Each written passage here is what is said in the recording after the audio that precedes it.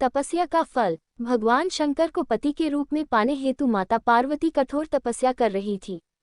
उनकी तपस्या पूर्णता की ओर थी। एक समय वह भगवान के चिंतन में ध्यान मग्न बैठी थी। उसी समय उन्हें एक बालक के डूबने की चीख सुनाई दी। माता तुरंत उठकर वहां पहुंची। उन्होंने देखा एक मगरमच्छ बालक को पानी के भीतर खींच रहा है। बालक अपनी जान बचाने के लिए प्रयास कर रहा है तथा मगरमच्छ उसे आहार बनाने का। करुणामयी मां को बालक पर दया आ गई। उन्होंने मगरमच्छ से निवेदन किया कि बालक को छोड़ दीजिए, इसे आहार न बनाएं। मगरमच्छ बोला, माता यह मेरा आहार है, मुझे हर छठे दिन उदर पूर्ति हेतु जो पहले मिलता है उसे मेरा आहार ब्रह्मा ने निश्चित किया है। माता ने फिर कहा, आप इसे छोड़ दे, इसके बदले मैं अपनी तपस्या का फल दूंगी। ग्राह ने कहा, ठीक है। माता ने उसी समय संकल्प कर अपनी पूरी तपस्या का पुण्य फल उस ग्राह को दे दिया। ग्राह तपस्या के फल को प्राप्त कर सूर्य की भांति चमक उठा। उसकी बुद्धि भी शुद्ध हो गई।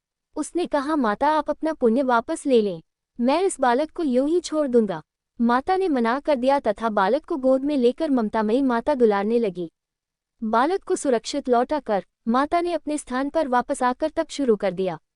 भगवान शिव तुरंत ही वहां प्रकट हो गए और बोले, पार्वती अब तुम्हें तप करने की आवश्यकता नहीं है। हर प्राणी में मेरा ही वास है। तुमने उस ग्राह को तप का फल दिया, वह मुझे ही प्राप्त हुआ। अतः तुम्हारा तप फल अनंत गुना हो गया। तुमने करुणावश द्रवित होकर किसी प्राणी की रक्षा की, अतः मैं तुम पर प्रसन्न हूँ तथा तुम्हें पत्नी रूप में स्वीकार करता हूँ। कथा का सारांश यही है कि जो परहित की कामना करता है उस पर परमात्मा की असीम कृपा होती है।